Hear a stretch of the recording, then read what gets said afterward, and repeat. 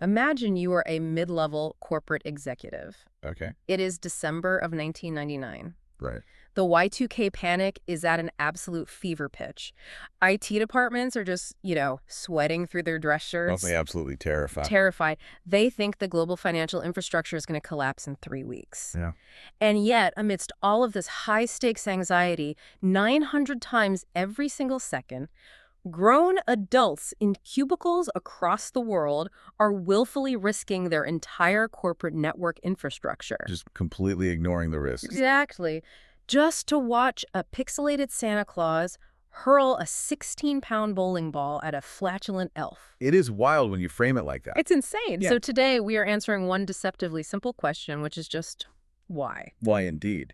Welcome to Off the Record. I'm your host, and today we are looking at something that affects almost everyone listening to this right now, whether you admit it to yourself or not. Oh, definitely. Everyone has done this. So our mission for this deep dive today is to bridge the massive, seemingly uncrossable gap between high-level behavioral economics and digital mooning elves. Right. We really want to understand the architecture of human motivation. And it is an incredibly revealing journey we've plotted out for you today. Yeah. Because, on the surface, those two things seem entirely unrelated. Totally unrelated. But fundamentally, they are answering the exact same question about how human beings allocate their absolute most precious resource, which is their attention. Exactly. And to do this, we are pulling from a really unique stack of sources. On one side, we have a rigorously researched, peer-reviewed academic paper from the Goldman School of Public Policy at UC Berkeley. Authored by Daniel J. Ackland. Yes, Ackland. And it's a deep quantitative investigation into something called flow theory within a massive multiplayer online game. Right. And then on the other side, we have the chaotic, bizarre, and frankly unbelievable history of the 1998 viral internet sensation Elf Bowling. It's just a totally different world. Yeah, a completely different world. We're digging through old wiki pages, trope lists, archived tech articles, early internet message boards. The real digital archaeology. Yeah, exactly. And we are going to use these two wildly different sources to dissect why you play the games you play, how you actually feel when you play them, and how the lawless Wild West days of early internet culture accidentally pioneered the multi-billion-dollar casual gaming industry we take for granted today. It's a fascinating connection to make. So let's jump right into the deep end here with the Ackland paper. Okay, let's go. When I first cracked this open, I have to admit the methodology felt incredibly dense. Oh, it's extremely rigorous. Very. But the core concept revolves around flow theory. And I hear this term thrown around in Silicon Valley boardrooms, sports psychology podcasts, self-help books, like all the time. It's become quite the buzzword. It really has. But what exactly is the rigorous academic definition of this theory, and how does this paper actually measure it? Well, to understand Ackland's paper, we really have to ground ourselves in the origins of flow theory itself, Okay. which was conceptualized in the 1970s by a Hungarian-American psychologist named Mihaly Csikszentmihalyi. Csikszentmihalyi, got it. Right. And he was fascinated by artists, painters specifically. Why painters? Well, because they would get so immersed in their work that they would completely ignore hunger, fatigue, discomfort. Totally locked in. Exactly. He wanted to understand the mechanics of that intrinsic motivation. So the fundamental premise of flow theory is that a person's psychological state and their motivation are dictated by how two specific personal metrics interact at any given moment. Okay, what are the metrics? Your relative skill and your relative challenge. Wait, relative to what exactly? Because skill seems like an objective thing. I mean, you either know how to paint or you don't. You know how to solve a puzzle or you don't. Ah, but that is the crucial distinction. It is relative to your own personal average. Oh, I see. Csikszentmihalyi wasn't comparing the painter to Michelangelo. Mm-hmm. He was comparing the painter's current task to the painter's usual baseline. That makes a lot of sense. So if you imagine a graph, you plot relative skill on the horizontal x-axis and relative challenge on the vertical y-axis. Okay, picturing the graph. And the intersection of those two lines creates your psychological state. Ackland's paper utilizes a very specific diagram developed later by researchers Massimini and Carli, which divides this graph into 8 distinct psychological zones, or channels. 8 distinct states of being. Wow. I really want to walk through every single one of these because understanding this framework completely changes how you view your own daily habits. It really does. So let's map it out. Okay. If your perceived skill at a task is significantly above your average. Mm-hmm. And the challenge you are facing is also significantly above your average, meaning you are highly capable, but pushing yourself to your absolute limit, you enter the flow channel. The Holy Grail. Yes. It is characterized by intense concentration, a complete loss of self-consciousness, and a distorted sense of time. The painter forgetting to eat. Right, right. Athletes call it the zone. But wait, athletes talk about the zone as this peak human experience, an almost transcendent state of performance. But if flow is just high challenge meeting high skill, you're telling me people playing a basic digital word game on their phone are hitting the exact same psychological state as an Olympic sprinter. Mechanistically, yes. Oh. The brain does not differentiate between the stakes of an Olympic final and the stakes of a complex spatial puzzle, provided the cognitive load demands maximum application of your specific skill against a maximum perceived challenge. That is wild. The neurochemical cocktail is remarkably similar. Okay, so that's flow, high skill, high challenge. What happens when the balance shifts around on the graph? Right, so the challenge remains incredibly high, but your skill drops to just your baseline average. You move counterclockwise on the graph into arousal. Arousal, okay. You are hyper alert, you are learning, but you aren't completely absorbed because you are acutely aware that you might fail. Got it. Now, if your skill drops below average while facing that high challenge, you plunge into anxiety. Which explains so much. Like, if I get thrown into an advanced spreadsheet modeling meeting and my Excel skills are just garbage, I'm not in flow. I'm in panic mode. Precisely. I feel anxious. Yeah. The mechanism makes perfect sense. Your brain is signaling that the environment is demanding resources you simply do not possess. Exactly. The cognitive friction is just too high. Now, let's trace the bottom half of the graph. Okay, bottom half. If your skill is average, but the challenge is below average, you experience boredom. Makes sense. If both your skill and the challenge are far below average, you enter apathy. This is a state of near total disengagement. Just staring blankly at a wall. Or like doom scrolling without even reading the words. Precisely. That's apathy. Continuing around the circle. If your skill is suddenly above average, but the challenge remains below average, you enter relaxation. So you're good at it, but it's easy. Right. You are highly capable of handling the task, but the task demands very little of you. Finally, if your skill is high and the challenge is exactly perfectly average for you, you hit control. You feel total mastery. You know exactly what you're doing, there are no surprises, and you feel secure. Okay, so we have arousal, flow, control, relaxation, boredom, apathy, worry, and anxiety.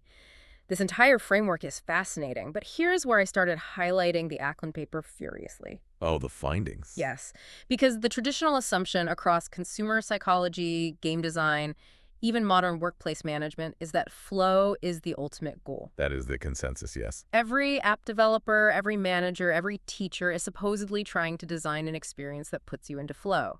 But when you actually look at the data, does it support the idea that most people actually want to be in flow? That is the multi-billion-dollar question Ackland set out to answer. And how did he? Well, to test this empirically, he didn't use surveys or self-reported feelings, which are notoriously unreliable. Right, people lie. Exactly. Mm. Instead, he gathered a massive trove of behavioral data from a free, highly repetitive online word-guessing game. We are looking at a sample size of over 20,000 players and nearly 42 million individual game observations tracked across 7 years. 42 million. That is a lot of data.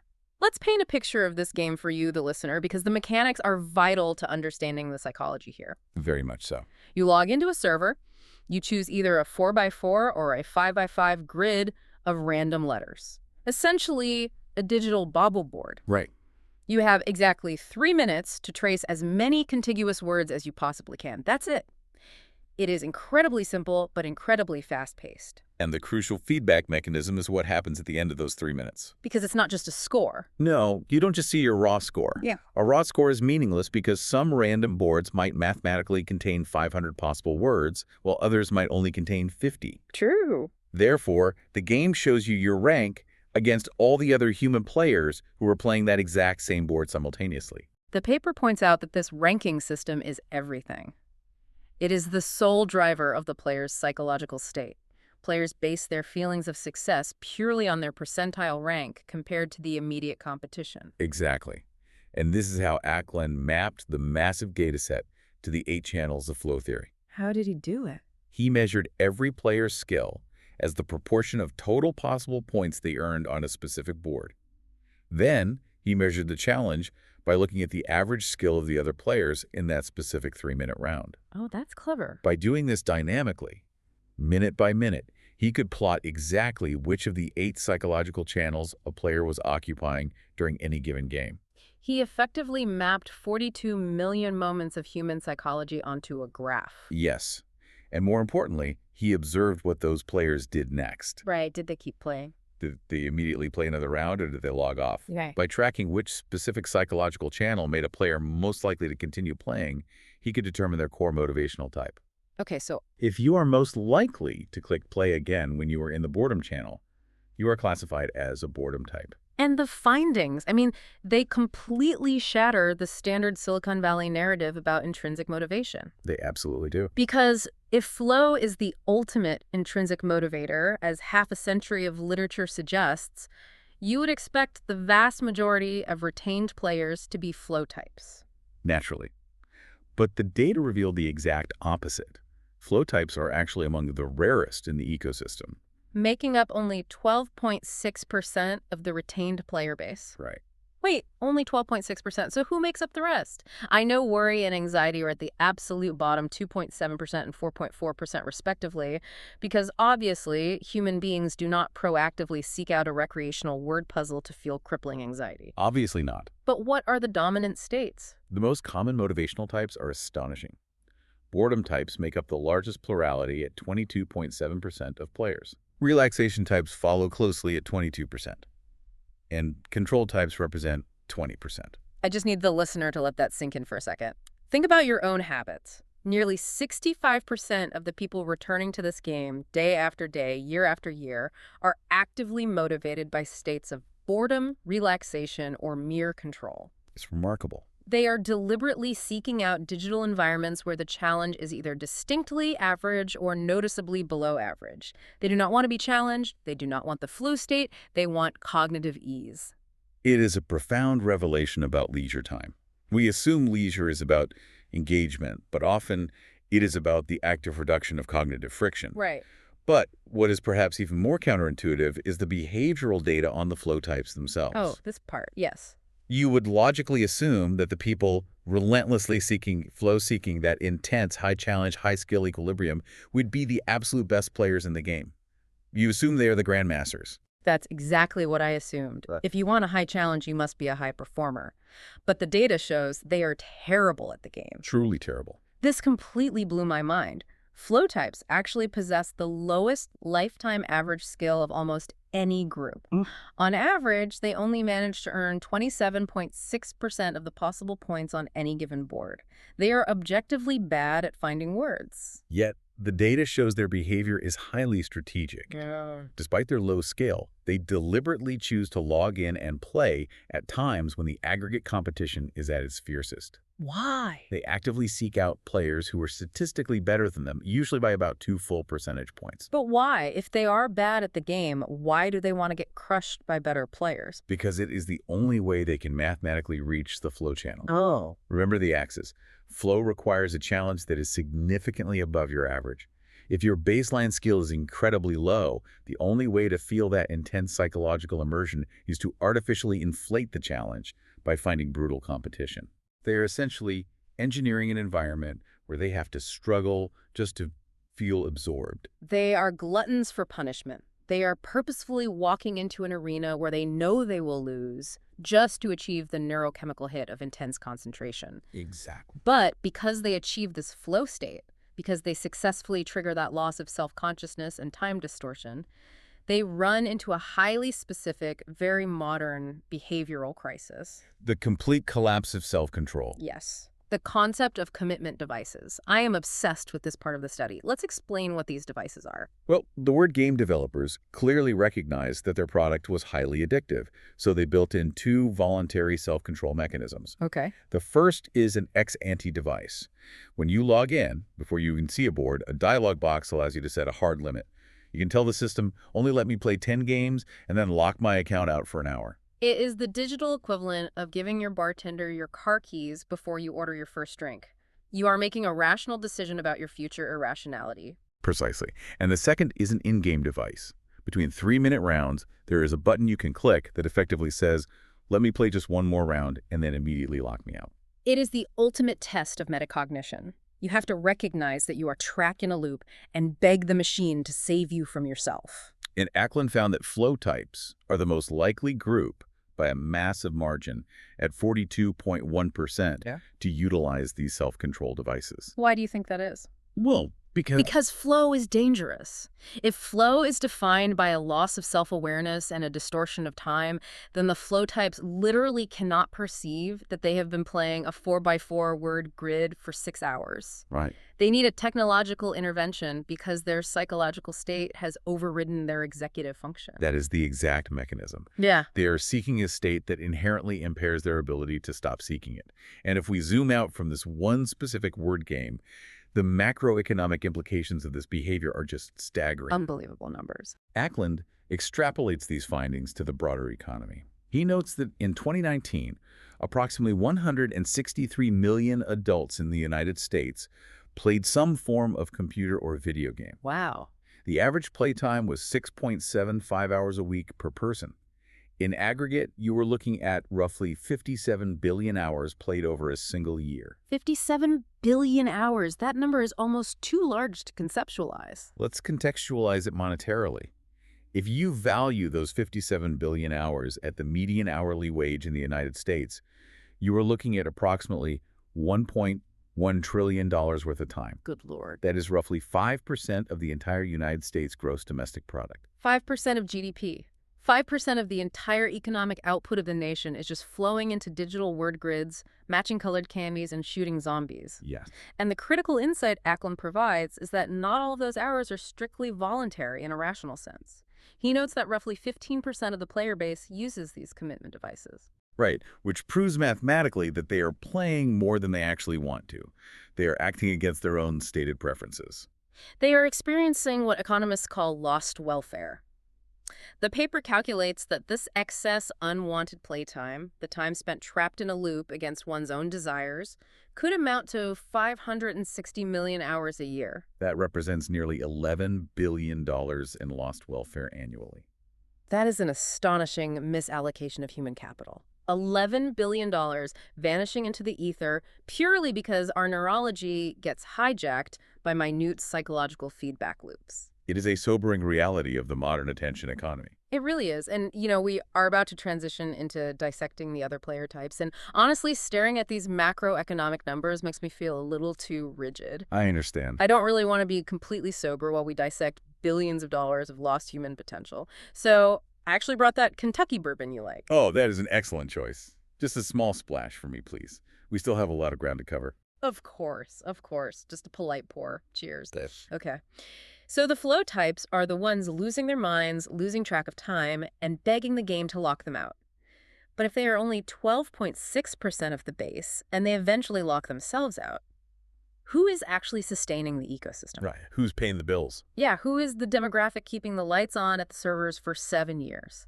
That responsibility falls squarely on the control types. The control types. If you recall the graph, the control channel is activated when your skill is highly above average.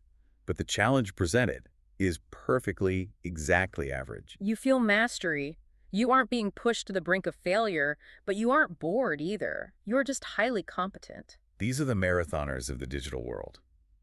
The data on control types is entirely distinct from every other cohort. They play the most frequently of any group, averaging 10.2 sessions per week. 10 times a week? To put the sheer volume of that into perspective, the next highest group is the apathy type, down at 8.37 sessions. They are logging in twice a day, 5 days a week. Furthermore, control types boast the longest lifespan in the game.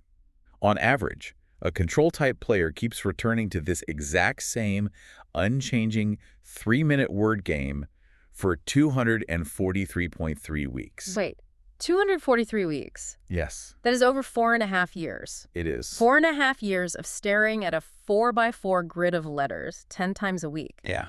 How does the human brain not revolt against that level of repetition? Because of the specific dopamine mechanism of the control channel.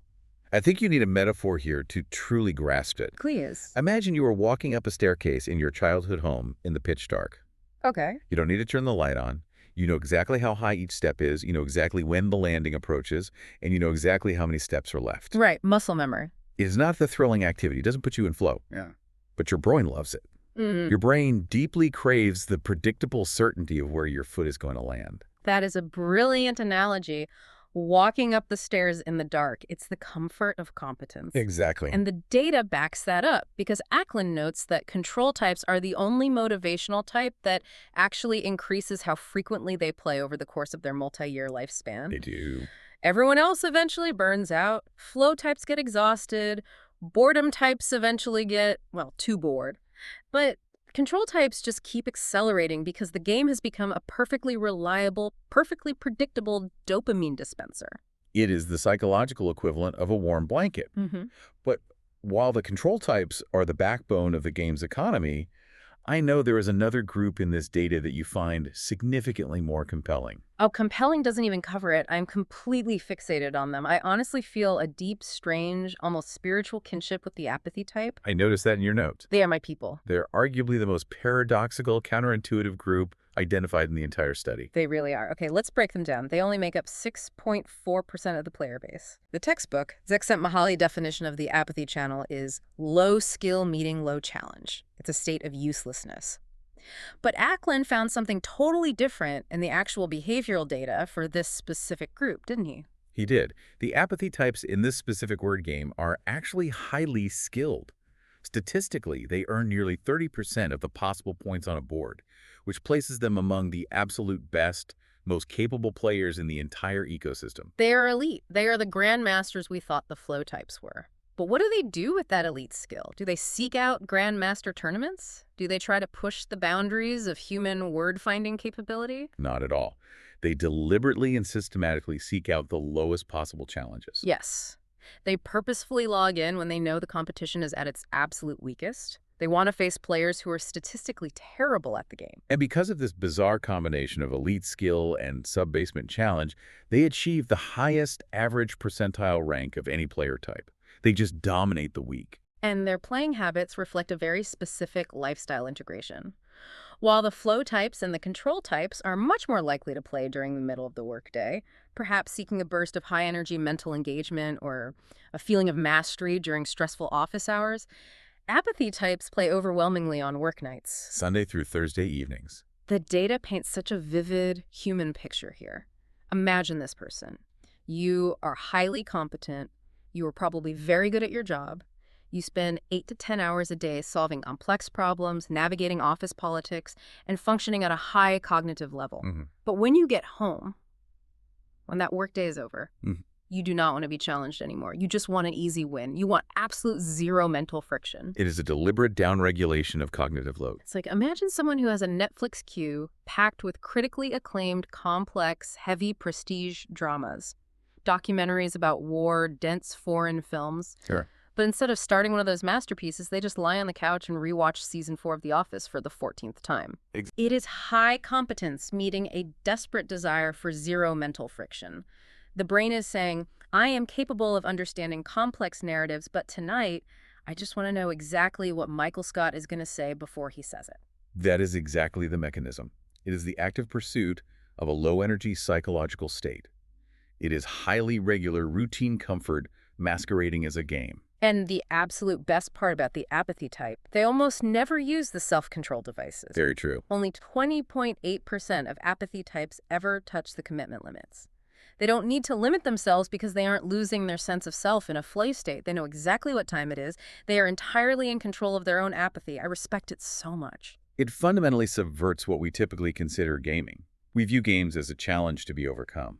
But the apathy, boredom, and relaxation channel has proved that for a massive segment of the population, games are a friction to be avoided. A friction to be avoided. I like that. And if we trace this specific desire, this deep-seated human craving for low stakes, high reward, low mental friction repetition, we can actually see the foundational roots of the entire casual gaming industry. Oh, 100%. These three channels aren't just statistical anomalies in one-word game.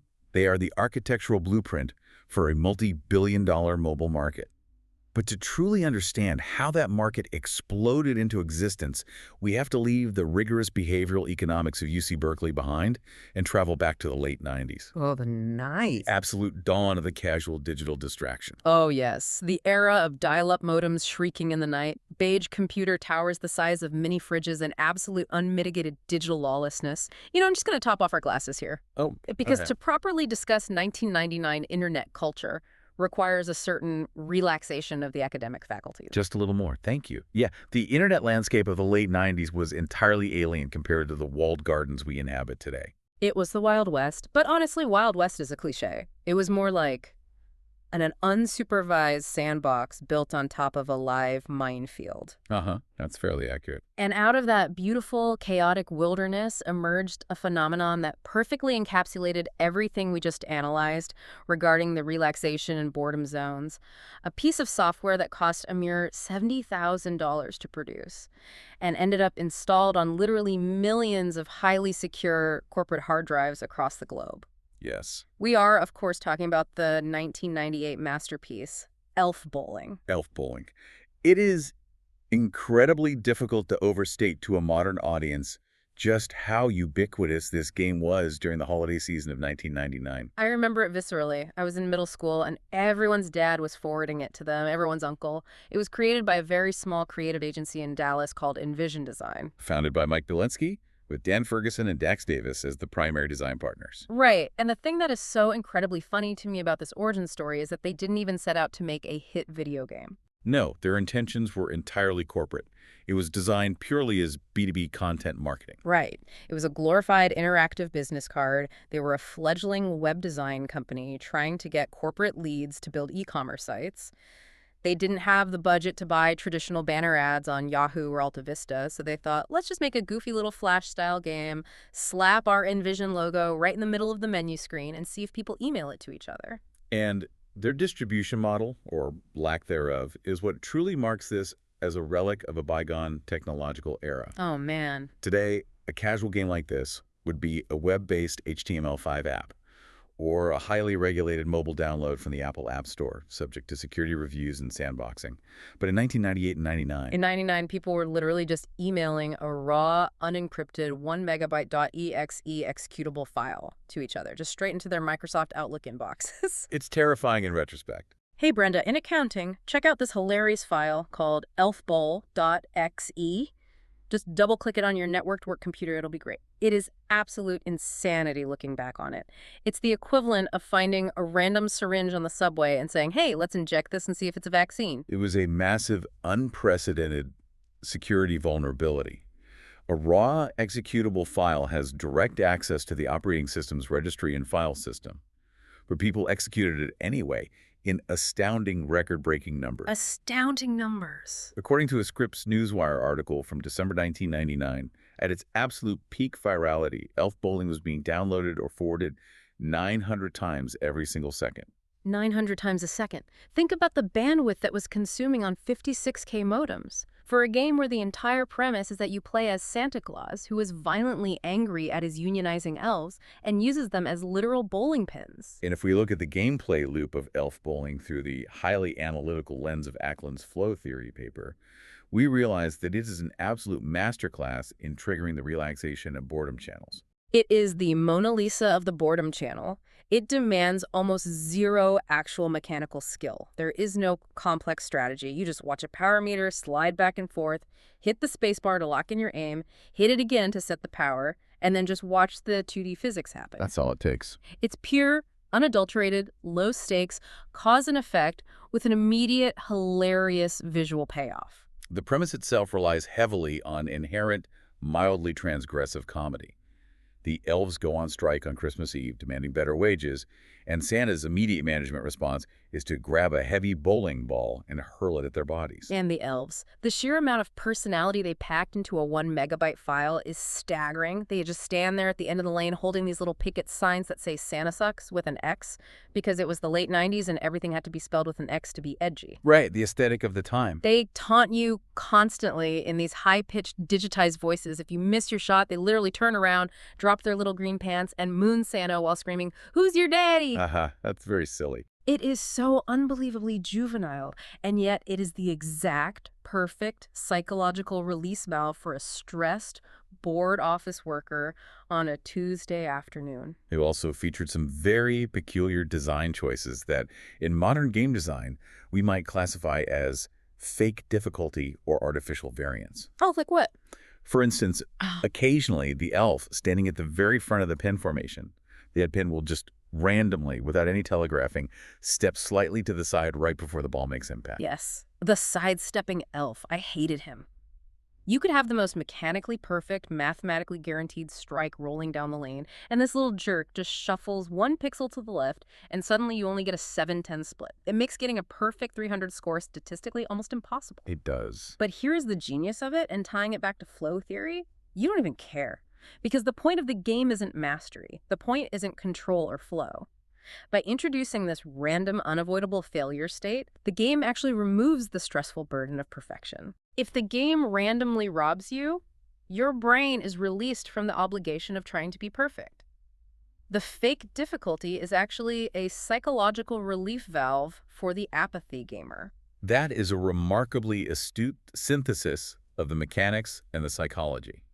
It forcefully maintains the low challenge state by negating the value of skill. Exactly. Additionally, the developers built in a surprising amount of, well, interactive cruelty potential as hidden Easter eggs. Oh my god, the frog. You have to explain the frog. If you timed your roll perfectly, or perhaps imperfectly, depending entirely on your moral perspective, you could hit a small white rabbit or a frog that was programmed to randomly hop across the middle of the bowling lane. You could just absolutely squash a passing frog with a 16-pound bowling ball. It makes a terrible splat sound. And it didn't even give you bonus points. It was just there for the pure, chaotic, sociopathic joy of it. And the reindeer. Yes. If you threw a gutter ball hard enough, the ball would fly out of the gutter and hit a reindeer standing on the sidelines right in the head.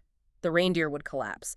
It literally cost you your turn and ruined your score, but millions of people did it anyway just to see the animation. It was the ultimate consequence-free sandbox. And because the stakes were so incredibly low, and because it spread frictionlessly via email, it perfectly penetrated the corporate workspace.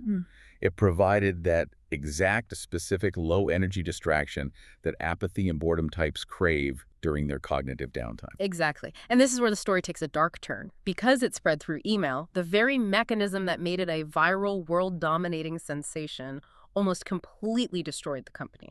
The backlash.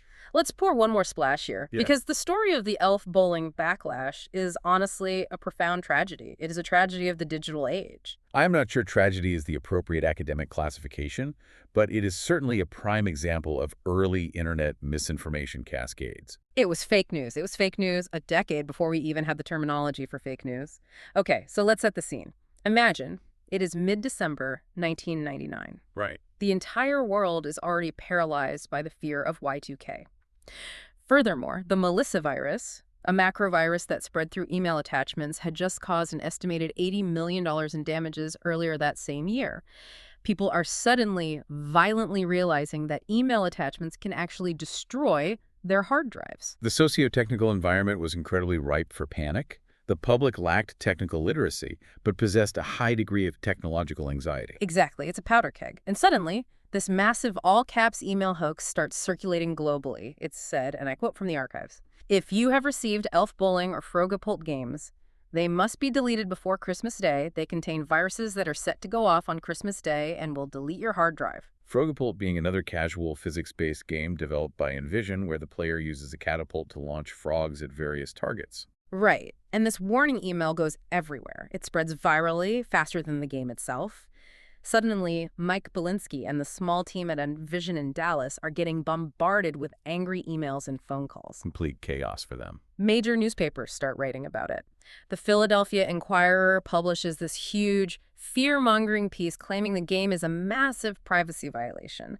They essentially accuse this goofy bowling game of being sophisticated corporate spyware. Which, when analyzed from a modern technical perspective, is a vast, almost comical overstatement of what the executable file was actually executing. It was a complete hallucination. The terrifying spyware they were screaming about was literally just the game pinging a basic HTTP request to unstorm.com. It was literally just checking to see if the computer had an active internet connection so the player could upload their high score to a global leaderboard. That is literally it. Yes. Technically speaking, they were merely checking for a Boolean true-false state for internet connectivity. The software was not harvesting keystrokes, reading local directories, or exfiltrating personal data. They just wanted to share high scores. They just wanted human connection, man. It's the holidays. You're sitting in a cubicle. You bowl a perfect 300 against a bunch of mooning, unionizing elves, and you just want the world to know you achieved something that day. And the media completely crucified them for it. It's so sad when you really think about it. It breaks my heart. They were innocent creatives caught in the vicious crossfire of dial-up paranoia. As I said, tragedy might be slightly dramatic, but it is certainly a tragedy of technological misunderstanding. The general public simply did not possess the mental models to understand how software communicated over the nascent internet. Any network activity was perceived as malicious. Tragedy of technological misunderstanding. Wow, that is profound. It You know, was. you always know exactly how to phrase things to make them sound so important. You really do. Well, thank you. I try to maintain analytical rigor. But the fascinating part is that despite the massive hoax, despite the media panic, the story of Envision actually has a very lucrative, if somewhat completely baffling, conclusion. Oh, right, the buyout. In late December of 1999, right in the absolute middle of this massive virus panic, a company called Vectrix.com stepped in and acquired Envision Design. Oh, the Vectrix buyout. I almost forgot. This is the most peak 1999 thing I have ever heard in my life. It perfectly, flawlessly encapsulates the absolute financial insanity of the dot-com bubble. Vectrix was a Dallas-based e-commerce service provider.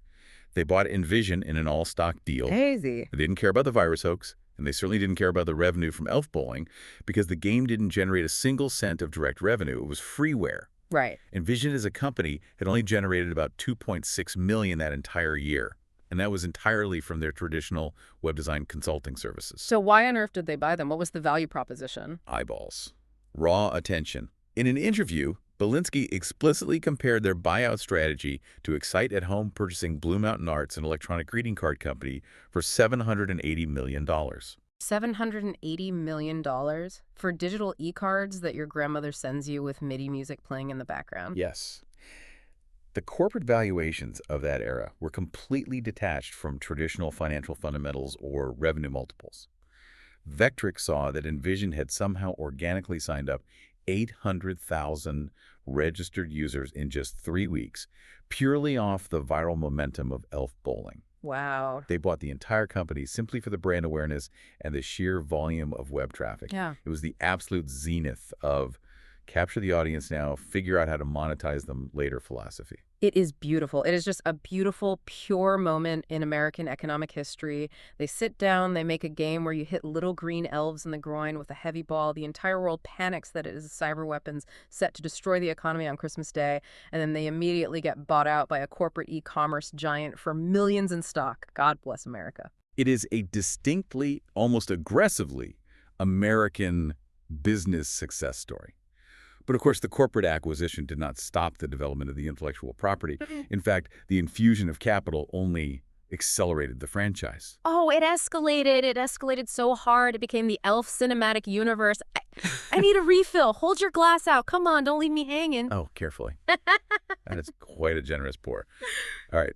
Yes, the sequels. The sequels are where you can definitively tell that the developers just completely unapologetically lost their minds. They had a massive hit, they had corporate funding, and they just leaned into the absolute weirdest, darkest parts of their creative brains. Let me just read some of these titles. We have Elf Bowling 3. Do you know what the primary gameplay mechanic is in Elf Bowling 3? I believe it departs from the traditional 10-pin bowling mechanics entirely. It departs from reality entirely. It's not even bowling.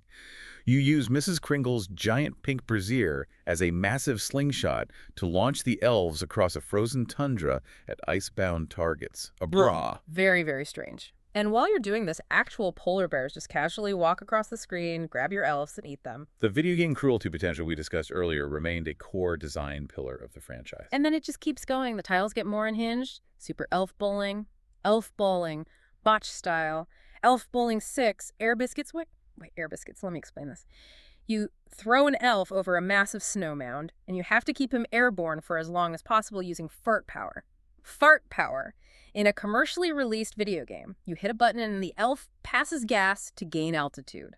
The reliance on juvenile, scatological toilet humor was a remarkably consistent theme across their entire portfolio. And then they made elf bowling 7 1/7. The last insult. Why 7 1/7? Doesn't mean anything. And finally, elf bowling. Hawaiian Vacation in 2008. But we have to go back. We have to talk about the second game. Elf Bowling 2. Elves in Paradise. Because this game introduces deep lore. The narrative lore of Elf Bowling 2 is surprisingly dense for a casual game. The setting transitions from the snowy North Pole to the deck of a tropical cruise ship, the SS Kringle. And the primary antagonist is no longer just the labor-striking elves. It introduces Santa's deadbeat brother. Dingle Kringle. His name is Dingle. Yes, Dingle Kringle, who is, according to the official canon backstory provided in the manual, a failed used ice salesman. A used ice salesman. Who wrote this? It's absolute genius. It's Shakespearean tragedy. How do you sell used ice? It melts. The narrative setup is that Mrs. Claus leaves Dingle in charge of the entire North Pole Christmas operation, while Santa takes the Union elves on this tropical cruise as part of their strike settlement agreement. Dingle, feeling resentful, challenges Santa to a high-stakes shuffleboard tournament for the official title of Father Christmas. And the elves are the shuffleboard pucks, and they are wearing thongs. Wait, no, Speedos. They're wearing incredibly tight green Speedos, and sometimes, this is the best part, when you pull them back to launch them down the deck, the tension causes their little swimsuit to snap off, and there's a giant pixelated sensor blur over their elf anatomy. It's a very, very specific vibe. It is essentially the cultural inverse of the traditional Christmas in July trope, and mechanically it introduced dynamic weather conditions. As the rounds progress, the cruise ship begins to rock violently on the waves. You face something called Hurricane Endstorm. If you don't time your shuffleboard launch perfectly with the lilting of the ship's deck, your elf hooks wildly off the side, falls into the raging ocean, and is immediately eaten by waiting great white sharks. Sharks. And moai heads. Why are there giant Easter Island moai heads? Sometimes a massive stone moai head just falls out of the clear blue sky and completely crushes your elf before you can even launch him. It's totally random. It completely ruins your score. From a pure game design perspective, it introduces a severe element of unmitigated randomness that completely undermines the strategic, physics-based shuffleboard mechanics. See, this is exactly what I mean about flow theory. This is clearly the arousal zone. Because the challenge is super high, there are sharks and hurricanes, but your skill doesn't matter because a giant stone head can just flatten you at any moment, so you are highly aroused. I do not think that is an accurate application of the arousal channel. If you recall the graph, arousal requires average skill and high challenge. If a random moai head eliminates the possibility of applying skill entirely, you aren't in arousal. You are just experiencing arbitrary punishment. Wait, what was I saying? What exactly is arousal again? Arousal is when you're facing a challenge greater than your current skill level, but you still possess agency over the outcome. You have to try harder. Right. Agency. Yeah. But you don't have any agency when Dingle Kringle is throwing elves and Speedos. You just don't. You're just a helpless passenger on the SS Kringle hoping the stonehead doesn't crush your dreams. Okay. Let's attempt to reset the podcast here. We are drifting. Let's get back to the rigorous behavioral economics of the Daniel Ackland paper and how the commitment devices relate to... No! Wait, I completely forgot the absolute best part of Elf Bowling 2. The penguins. We cannot reset without talking about the penguins. Oh, yes. The interactive background elements.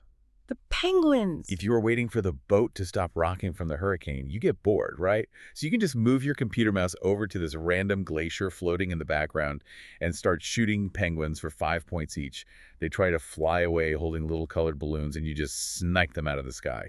It's supposed to be a shuffleboard game, and when you hit one, there's this deep, booming voice that yells, "Headshot!" Why is that in a family Christmas game?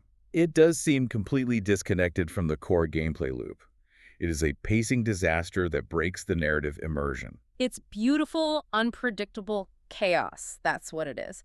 And the chaos didn't just stay contained within the code of the games, it bled out into the real world. Have you read the Wikipedia edits? We have to analyze the Wikipedia wars. The Wikipedia drama it is a truly fascinating artifact of how fiercely digital creators will defend even the most absurd intellectual property. It is, without exaggeration, my favorite thing I have ever read on the internet. Okay, so pour whatever is left in that bottle into my glass. We need to honor them. Are you absolutely sure we still have a bit of a conclusion to get through? I have never been more positive about anything in my life. We need to pour one out for Dan Ferguson. It's famous.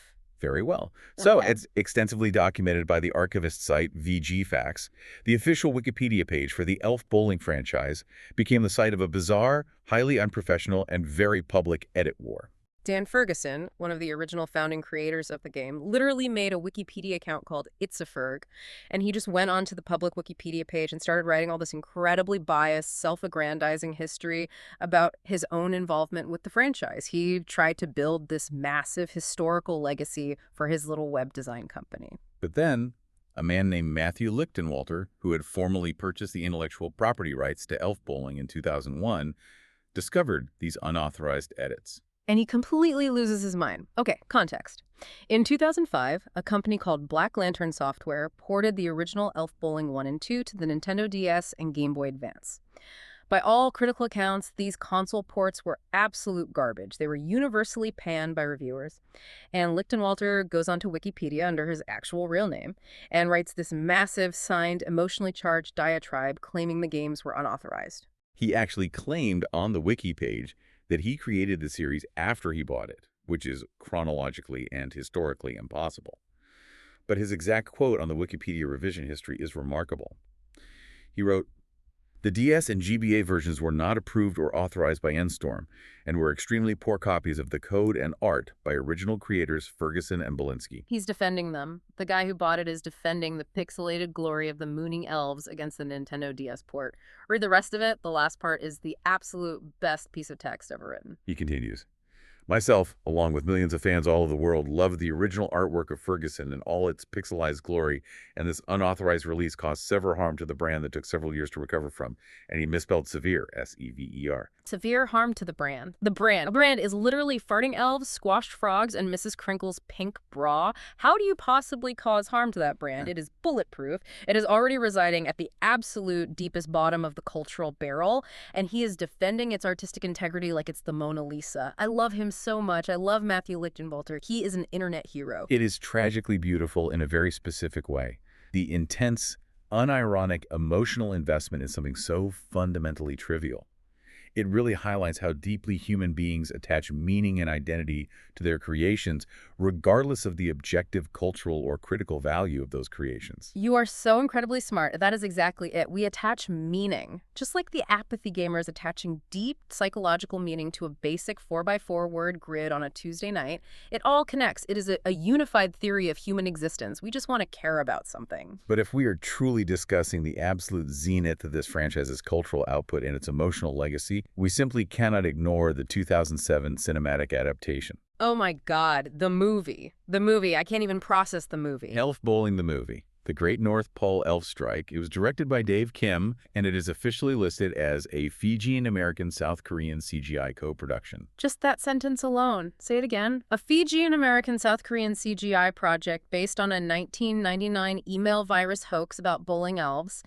It's high art, it's pure, abstract, cinematic art. And the narrative plot is a complete and total departure from any established Christmas lore or even the lore of the games. Santa Claus, whose full legal name in the movie is apparently San Maria Clausewitz Kringle. Wait, Joe Lasky voiced him, right? And he's a pirate. Santa and Dingle are literal ocean pirates. Yes, they're depicted as pirates roaming the open sea who are eventually mutinied by their own pirate crew, frozen solid in ice blocks and wash up on the shores of the North Pole.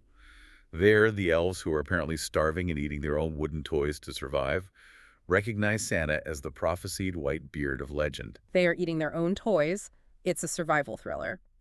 And then Dingle Kringle, who is voiced by Tom Kenny, the actual, literal voice of SpongeBob SquarePants Dingle, tries to steal Christmas. Tom Kenny's involvement is perhaps the most surreal aspect of the entire production. He performs multiple original musical numbers in the film. He sings the Filthy Toe Song. Hmm. SpongeBob SquarePants sings a song called the Filthy Toe Song as a pirate named Dingle Kringle in a CGI movie based on a computer game where you hit elves in the nuts with a bowling ball. I am profoundly moved by this. I really am. It brings a tear to my eye. It represents the absolute zenith of human creativity.